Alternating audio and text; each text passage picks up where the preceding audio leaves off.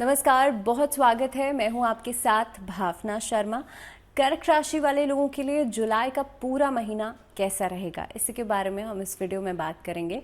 और जुलाई के महीने के अंदर देखिए बहुत सारे ग्रहों की जो युति है, जो स्थिति है, वो क्या कुछ बन रही है, उसका क्या कुछ असर पड़ रहा है आपके ऊपर, इसके बारे में मैं आपसे बात करूंगी। एक आउटलाइन की हम बात करें तो सबसे पहली बात तो यह है कि जुलाई का महीना बृहस्पति और राहु की युति बनती है यहाँ पर दशम भाव में आपकी राशि से। 10th हाउस क्योंकि करियर का होता है, आपकी प्रोफेशनल लाइफ का होता है, कार्य क्षेत्र का होता है, तो उसके लिहाज से ये युति यहाँ पर कैसी रहेगी आप सबके लिए। केतु का चतुर्थ भाव में होकर के, मदर हाउस में बैठ करके, सुख के भाव में बैठ करके क्या कुछ परिणाम देगा। शनि अष्टम भाव में चले गए हैं, इनका क्या कुछ परिणाम मिलेगा, तो इन सभी चीज़ों के ऊपर हम बात करेंगे। और सबसे पहली चीज़ तो मैंने कहा कि हम एक आउटलाइन की बात करेंगे। तो देखिए बृहस्पति और राहु जब दशम भाव में आ जाते हैं तो आपका प्रोफेशनल लाइफ, आपका जो वर्क प्लेस है, ये यहाँ पर काफ़ी हद तक इफेक्ट होता है इस अवधि में, क्योंकि राहु और बृहस्पति दोनों एक साथ हैं। राहु हमेशा भ्रमित करने का काम करता है और बृहस्पति जो हैं वो देवगुरु बृहस्पति हैं, तो आपको काफ़ी हद तक नॉलेज देते हैं। अब ऐसी स्थिति के अंदर आप देखेंगे कि जुलाई के महीने के अंदर खास तौर पे 18 जून के बाद का जो समय रहेगा, आप सब कुछ जानते हुए भी, आप नॉलेजेबल होते हुए भी गलत डिसीजंस लेने के लिए बहुत ज़्यादा प्रोन हो सकते हैं। सो इस अवधि में बहुत ज़्यादा ध्यान आपको इस चीज़ का रखना है कि आप बहुत जल्दबाजी में, बहुत इंस्टेंटली कोई डिसीजन नहीं लें, जल्दबाजी में कोई डिसीजन नहीं लें, हेस्टीली कोई डिसीजन नहीं लें। दूसरी बात, आप लोगों के लिए क्योंकि चतुर्थ भाव में केतु की स्थिति बनती है, तो आपके लिए सुख का भाव भी है, मदर का हाउस भी है। रिलेशनशिप में क्वारल्स की वजह से आपसी रिश्तों में सुख की कमी आप लोगों के लिए देखी जा सकती है। इसके अलावा मदर की हेल्थ को लेकर के भी कॉशियस रहिएगा। शनि की जो परिस्थिति अष्टम भाव में बनती है, काफ़ी हद तक रिलेशनशिप्स को लेकर के डिस्टर्बेंस आप ज़रूर देखेंगे, हेल्थ को लेकर के डिस्टर्बेंस ज़रूर देखेंगे, आंखों या दांतों की समस्या परेशान कर सकती है।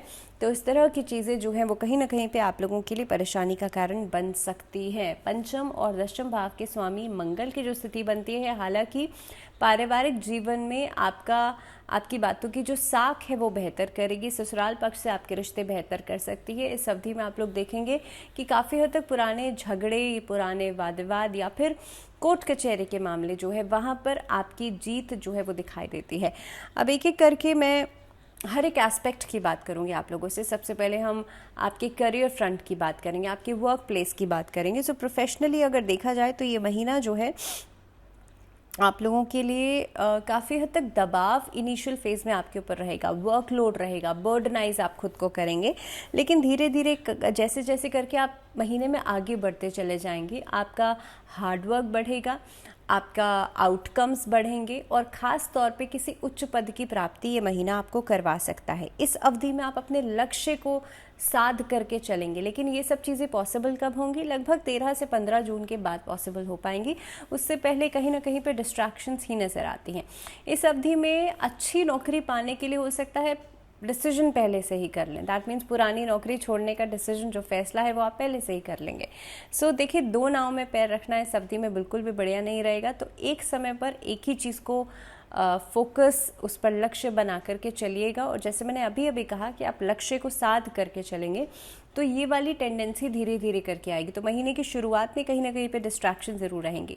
अब देखिए, इस अवधि में दूसरे भाव में खासतौर पे दशम भाव के स्वामी मंगल जो हैं वो नौकरी को बार बार बदलने के लिए आपको काफ़ी हद तक इंक्लाइंड करेंगे। नए नए असाइनमेंट्स मिल सकते हैं, काम का लोड रहेगा, अलग अलग लोगों के साथ एक तालमेल बनाना आपके लिए प्रायोरिटी रहेगा। लेकिन हाँ, अच्छी बातें आपके लिए इस अवधि में ये रहेंगी कि एक तो प्रमोशन के प्लान्स जो हैं वो नज़र आते हैं, लाभ की उम्मीद नज़र आती है, व्यवसाय कर रहे हैं तो उसके लिहाज से ये महीना बहुत बढ़िया रहेगा। व्यापार में लेकिन देखिए, रणनीति बना करके चलेंगे, स्ट्रैटेजी बना करके चलेंगे तो बेशक से आप सफलता की तरफ आगे बढ़ेंगे। लेकिन अगर आप all of a sudden decisions लेंगे, भाई आज आपने कुछ सोचा और कल उस पर इम्प्लीमेंट करने के लिए सोच लिया, तो वो वाली चीज़ें जो है ना, all of a sudden instant decisions वो काम नहीं करेंगे इस महीने के अंदर। तो करियर से जुड़ा हुआ कोई भी काम है उसे बहुत प्लानिंग के साथ कीजिएगा। इस अवधि में आप मेहनत करेंगे तो बिल्कुल आपको रिजल्ट्स मिलेंगे, लेकिन अगर आप अपने भाग्य के भरोसे चलेंगे तो बिल्कुल आपके हाथ में जो चीज़ें हैं वो भी निकल जाएंगी। तो चाहे देरी से ही सही, चाहे अपने कैलिबर को समझ के ही सही, लेकिन अपने समय का सही सदुपयोग ज़रूर कीजिएगा। दूसरों के ऊपर रिलाय ऑन होने से बचिएगा और दूसरों से अपेक्षाएं प्रोफेशनल लाइफ में कम से कम कीजिएगा। ये एक ओवरऑल मंत्रा है आपके लिए इस महीने का। आगे बात करते हैं फाइनेंसेस की, वित्तीय स्थिति की। आप लोगों के लिए महीना कैसा रहेगा? शनि अष्टम भाव में, दशम भाव में बृहस्पति राहु प्रतिकूल स्थिति में है। काफ़ी हद तक वित्तीय स्थिति को नुकसान ज़रूर पहुंचाएंगे। महीने के बीच में आप लोग देखेंगे कर्जा मांगने वाले या कर्जा वापस लेने वाले लोग आपको अप्रोच कर सकते हैं। इस अवधि के अंदर कहीं ना कहीं पे पैसे में हेर फेर या फेर बदल इस तरह की स्थितियां नज़र आती हैं। बहुत बड़ा अमाउंट का इन्वेस्टमेंट नहीं कीजिएगा। व्यापार में, पार्टनरशिप में डील नहीं कीजिएगा। इस अवधि में कोई बड़े अमाउंट का कोई कंसाइनमेंट नहीं लीजिएगा। हालांकि अपनी सुविधाजनक तरीके से अगर आप कोई कार्य करना चाहते हैं उसके लिहाज से पैसा लगाएंगे तो बढ़िया रहेगा। काफ़ी हद तक इस अवधि में आप लोगों के लिए खर्चे जो हैं उसे आप मैनेज करने की कोशिश करेंगे, वो हो भी जाएंगे। लेकिन 23 जुलाई के बाद स्थितियां आपके कंट्रोल में आती हुई नज़र आती हैं, लेकिन उससे पहले नहीं।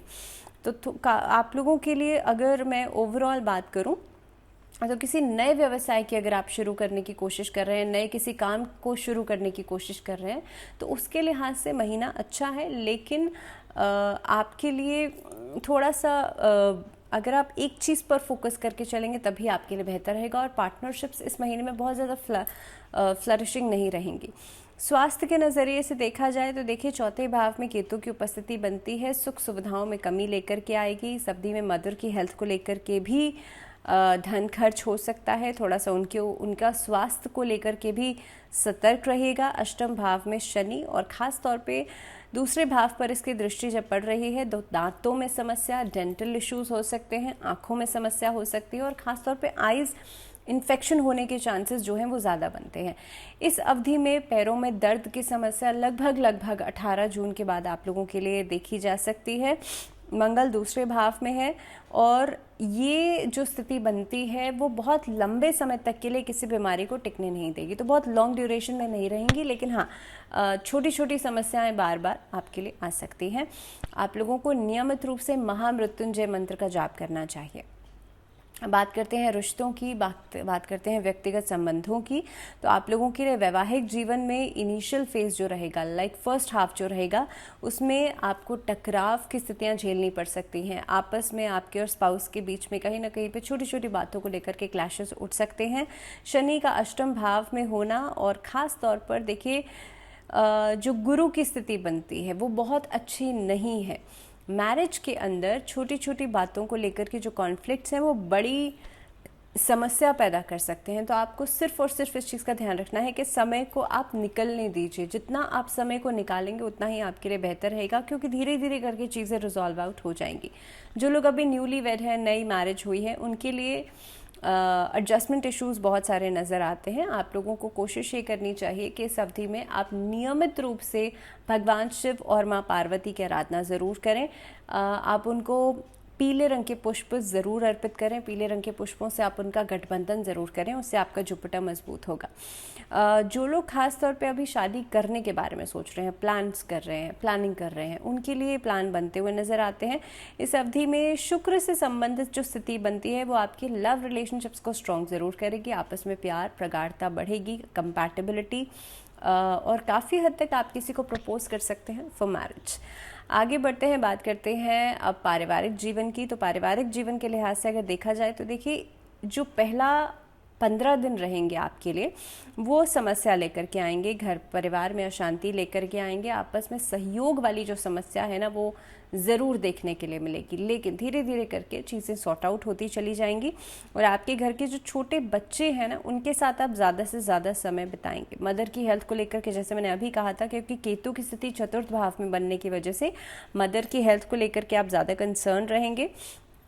इस अवधि में आपके अपने अंदर ही थोड़ी सी असुरक्षा की भावना, असंतुष्टि की भावना पैदा हो सकती है लगभग 20 जून के बाद। तो थोड़ा सा अपने आप को फोकस्ड रखिएगा, मेडिटेट ज़रूर कीजिएगा। इस अवधि में जितना ज़्यादा आप ध्यान लगाएंगे उतना आपके लिए अच्छा रहेगा। और थोड़ा सा आपको इस चीज़ से बचना है कि किसी के साथ भी आप बहुत लंबी बहस में नहीं पड़ें, बहुत ज़्यादा वाद विवाद में नहीं पड़ें, क्योंकि ये परिस्थिति आपके लिए मानसिक तनाव लेकर के आएगी।